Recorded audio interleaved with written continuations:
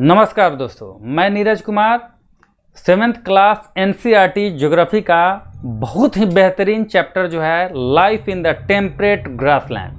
हम लोगों ने ग्रासलैंड के बारे में जाना था कि ग्रासलैंड दो तरह का होता है। There are two types of grassland. एक तो होता है ट्रॉपिकल ग्रासलैंड, ट्रॉपिकल, और दूसरा क्या हमने बताया था, एक टेम्परेट ग्रासलैंड होता है। टेम्परेट यानी कि एक ट्रॉपिकल जो ट्रॉपिक वाले रीजन में पाया जाता है। तो ट्रॉपिकल मतलब क्या हो जाएगा, उष्णकटिबंधीय घास स्थल, उष्णकटिबंधीय यानी कि जहाँ हीट सन का लाइट मिलता है वहाँ का घास स्थल। और दूसरा हम लोग टेम्परेट यानी कि शीतोष्ण, तो शीतोष्ण कटिबंधीय घास स्थल के बारे में हमको पढ़ना है। तो शीतोष्ण कटिबंधीय घास स्थल में यानी कि टेम्परेट ग्रासलैंड में दो तरह का ग्रास के बारे में हम लोग जानेंगे। एक तो हम लोगों ने प्रेयरी के बारे में हम लोगों ने पढ़ा और दूसरा वेल्ड होता है। तो यानी कि उष्ण कटिबंधीय घास स्थल के बारे में नहीं पढ़ना है। पढ़ना क्या है, एक तो हम प्रेयरी के बारे में पिछली कक्षा में पढ़े, तो ये आपका प्रेयरी हो गया जो नॉर्थ अमेरिका के टेम्परेट ग्रासलैंड को, टेम्परेट और जी से ग्रासलैंड हो जाएगा, उसको हम क्या कहते हैं, प्रेयरी। तो प्रेयरी हम किसको कहते हैं, नॉर्थ अमेरिका के टेम्परेट यानी कि उत्तरी अमेरिका के शीतोष्ण घास स्थल को हम क्या कहेंगे, प्रेयरी कहेंगे। अब आते हैं वेल्ड, ऐसे होगा वेल्ड। तो वेल्ड क्या है, अफ्रीका कॉन्टिनेंट में जब हम जाएंगे, ये आपका मान लेते हैं ये आपका अफ्रीका कॉन्टिनेंट है। जब यहाँ जाएंगे तो क्या है, यहाँ पे आपको इंडियन ओशन आपको देखने को मिलेगा। वेल्स क्या है, तो ये तो अफ्रीका कॉन्टिनेंट में ये क्या है, साउथ अफ्रीका है, साउथ अफ्रीका, ठीक है।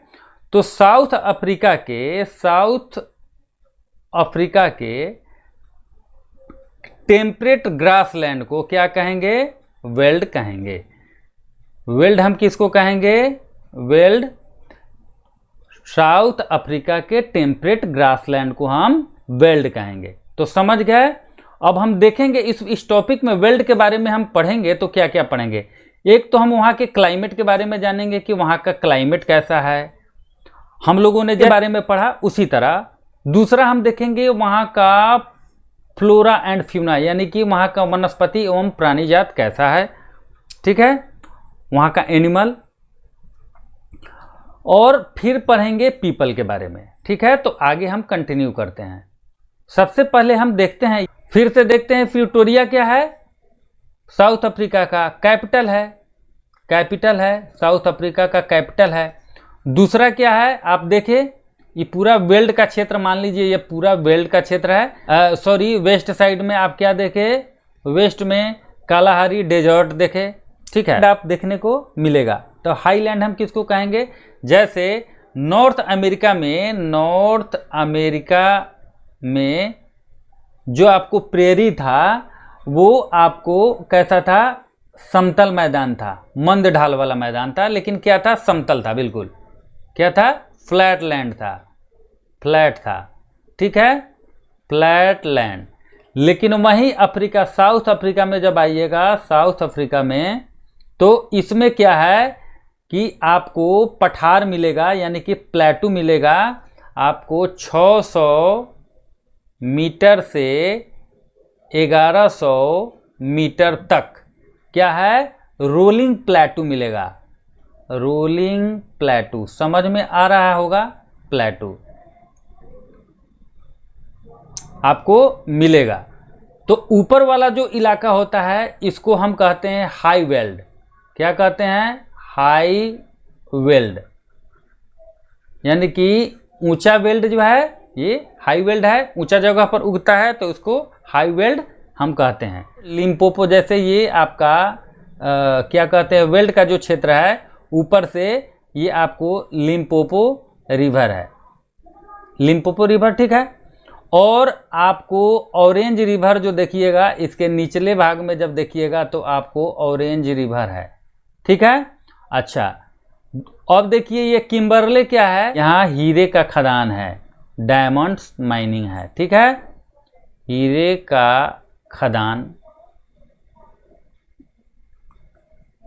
ठीक है, अब देखिए, और यहीं पे जोहान्सबर्ग देखिए, golden capital of the world भी इसको Johannesburg, golden capital of the earth भी इसको कहते हैं, गोल्डन कैपिटल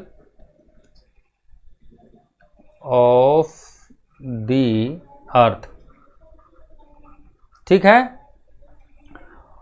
आप और ड्रैकेंसबर्ग माउंटेन जो है इसको घेरे हुआ है। ठीक है, और टेम्परेट ग्रासलैंड और south Africa is called weld. Weld किसको कहते हैं? टेम्परेट ग्रासलैंड को, यानी कि साउथ अफ्रीका के शीतोष्ण घास स्थल को हम वेल्ड कहते हैं। Veld all rolling with varying height ranging from 600 metre से 1100 मीटर तक क्या है? रोलिंग प्लेटू है, यानी कि उर्मिल पठार है। इसको रोलिंग प्लेटू को क्या कहते हैं हिंदी में? उर्मिल पठार। ध्यान दीजिए, उर्मिल पठार। तो उर्मिल पठार ये हुआ आपको। ठीक है, जिसका हाइट क्या है? 600 मीटर से लेकर के 1100 मीटर तक है। It is bound by the Drakensberg mountain on the east. East से हम देखें क्या? ड्रैकेंसबर्ग माउंटेन जो है इसको पूरा बांधा हुआ है। समझ में आया? The welds name was given by the Dutch settlers before south Africa was colonised by the British. अब देखिए, वेल्ड नाम जो है ना डचों के द्वारा दिया गया था। किसके द्वारा? वेल्ड कौन नाम दिया था सबसे पहले? तो डच दिया था। डच के द्वारा वेल्ड नाम दिया गया। वेल्ड डच कहा सबसे पहले वेल्ड। उस समय कहा जिस समय क्या था? ये आपको साउथ अफ्रीका क्या था? ब्रिटिश के का कॉलोनाइज, मतलब इसके अंडर में नहीं था। मतलब कहने का अर्थ क्या है कि ब्रिटिश के अंडर में, यानी कि इसका उपनिवेश नहीं बना था। ये आपको किम्बरले है जहाँ डायमंड माइन है, ये आपको किम्बरले है। और ये आपको जोहान्सबर्ग है। ठीक है, जोहान्सबर्ग जहाँ क्या है? The gold capital of the world. ठीक है, स्वर्ण नगरी है, स्वर्ण नगरी। अब देखिए, आगे देखिए, क्लाइमेट देखिए, बेल्ट का क्लाइमेट कैसा है? The belts have a mild climate due to the influence of the Indian Ocean. Indian Ocean के वजह से क्या है? वहाँ का क्लाइमेट क्या है? वहाँ का क्लाइमेट ह्यूमिड है, वहाँ का क्लाइमेट जो है नम है। वहाँ क्या है? Winter are cold and dry. Winter क्या है? यानी कि सर्दी का जो महीना होता है वो क्या होता है? कोल्ड मतलब ठंडा और सूखा होता है। तो विंटर क्या होता है? यानी कि सर्दी का महीना कैसा होता है? सूखा होगा, ठीक है, और ठंडा होगा, विंटर। टेम्परेचर वेरी बिटवीन देखिए टेम्परेचर कितना वेरी करता है? 5 डिग्री से 10 degree Celsius. And July is the coldest month. जुलाई क्या होता है? सबसे कोल्डेस्ट मंथ कौन होता है? जुलाई। तो याद रखिएगा, जुलाई कोल्डेस्ट मंथ होता है। और टेम्परेचर कितना से कितना वेरी करता है? 5 डिग्री सेल्सियस से 10 डिग्री सेल्सियस के बीच में। ठीक है, अच्छा। Summer are short and warm. क्या होता है? कम समय के लिए, यानी कि छोटा, और क्या होता है? गर्म होता है। Johannesburg record about 20 degree Celsius temperature in the summer. यानी कि गर्मी के महीना में जो है ना, गर्मी का महीना जो है 20 डिग्री सेल्सियस तक टेम्परेचर जोहान्सबर्ग का चला जाता है। ये यानी कि गर्मी के समय में रिकॉर्ड किया गया है 20 डिग्री टेम्परेचर जोहान्सबर्ग का। ठीक है, जोहान्सबर्ग में क्या मिलता है? तो गोल्ड मिलता है। ठीक है, रेनफॉल। रेनफॉल कब होता है? Summer month from November. देखिए गर्मी के महीना में कम होता है, यानी कि नवंबर में। वो क्या है कि आप जब देखिएगा तो आपको साउथ अफ्रीका क्या है, यानी कि दक्षिणी ये हो रहा है ना, तो साउथ हेमिस्फीयर का बात हो रहा है, इसलिए। तो कहने का अर्थ क्या है? नवंबर से फरवरी में क्या होता है? रेनफॉल होता है। यानी कि बारिश कब होता है? नवंबर से फरवरी के बीच में वर्षा होता है। This is mainly because of the warm ocean current. तो क्यों होता है वार्म ओशियन? अगुलहा शायद ओशियन करंट वहाँ बहती है, तो उसको हम क्या कहते हैं, ओशियन करंट मतलब जलधारा, समुद्री जलधारा जो है वो बहती है, उसके कारण ये होता है। यानी कि बारिश किसके कारण हुआ, तो आपको समुद्री जलधारा जो बहती है उसके वजह से क्या होता है, रेनफॉल होता है, यानी कि बारिश होती है। If the rainfall is scantly in the winter month from June till August drought में अकर। अब मतलब कहने का अर्थ क्या है, इफ द रेनफॉल, अगर रेनफॉल जो है ना कम होता है विंटर के समय में, सर्दी के समय में अगर रेनफॉल अगर कम हुआ, कब, जून से अगस्त तक अगर रेनफॉल अगर कम हुआ, बारिश अगर जून से अगस्त तक कम हुआ, तो सूखा का समस्या झेलना पड़ता है बेल्ट क्षेत्र में, ठीक है। फ्लोरा एंड फ्यूना, फ्लोरा मतलब वनस्पति एवं प्राणी जात के बारे में जानिए क्या है। द वेजिटेशन कवर इज स्पर्स, मतलब क्या कि वेजिटेशन क्या है, बहुत ही विरल है, बहुत ही कम जो है वहाँ पे वेजिटेशन हो पाता है। क्यों कि ग्रासेज डोमिनेट द लैंडस्केप, इतना ना ज़्यादा मात्रा में घास होता है कि जिस वजह से क्या है कि यही डोमिनेट करता है, यही जो है हावी रहता है।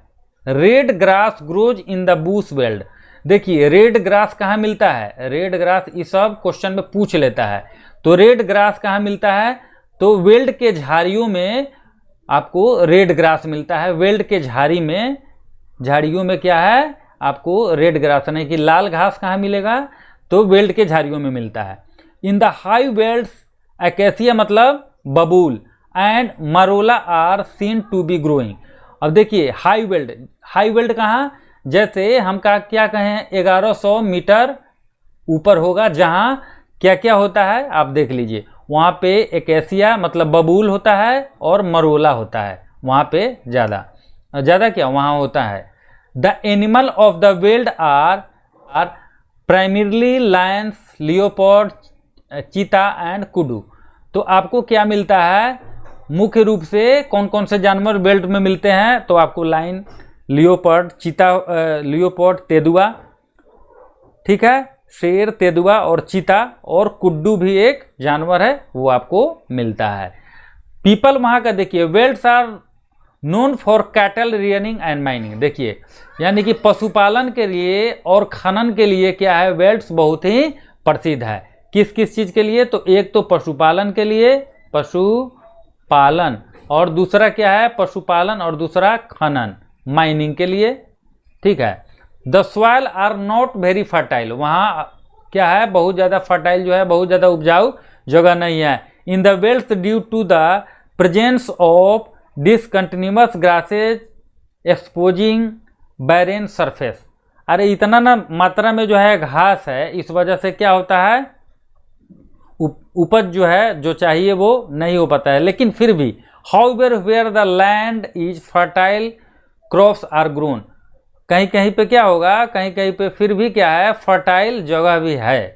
क्या, द मेन क्रॉप्स मेज, मक्का, वीट, गेहूं, बार्ली, जौ, ओट एंड पोटैटो, ये सब मिलता है। Cash crop like tobacco, sugar cane, tobacco, देखिए वहाँ भेड़ पालन बहुत ज़्यादा होता है, ठीक है, जिससे आसानी से क्या होता है आपको कॉटन उपलब्ध हो जाता है, ठीक है। ईख, शुगर केन।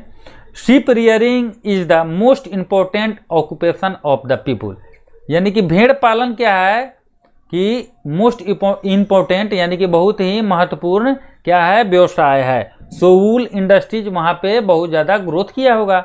डेयरी प्रोडक्ट्स भी मिलता होगा, जैसे बटर, चीज, मक्खन मिलता है, cheese are produce for both domestic supply and also for export, ठीक है। तो ये सब चीज़ जो है मिल रहा है, डेयरी प्रोडक्ट मिल रहा है, इसलिए एक्सपोर्ट भी किया जाता है। देखिए the welds have rich reserve of mineral, weld सबसे ज़्यादा क्या चीज़ के लिए है, तो आप देखिएगा मिनरल्स के लिए, यानी कि खनिज संपदा वहाँ पे बहुत ज़्यादा है, ठीक है, मिनरल से भरा हुआ है बिल्कुल। जैसे आयरन एंड स्टील इंडस्ट्रीज है डेवलप वेयर कोल एंड, देखिए यहाँ आयरन इंडस्ट्रीज भी क्या है बहुत ज़्यादा डेवलप है। Where coal and iron are present, कोयला गलाने के लिए कोयला का काम, तो कोयला भी वहाँ मिल रहा है। गोल्ड एंड डायमंड हम पढ़े ही हैं, गोल्ड एंड डायमंड, तो गोल्ड और यानी कि जोहान्सबर्ग और Kimberley are major occupation of people of this region. इस रीजन में सबसे ज़्यादा मेजर ऑक्यूपेशन क्या हुआ आपको? गोल्ड एंड डायमंड, ठीक है।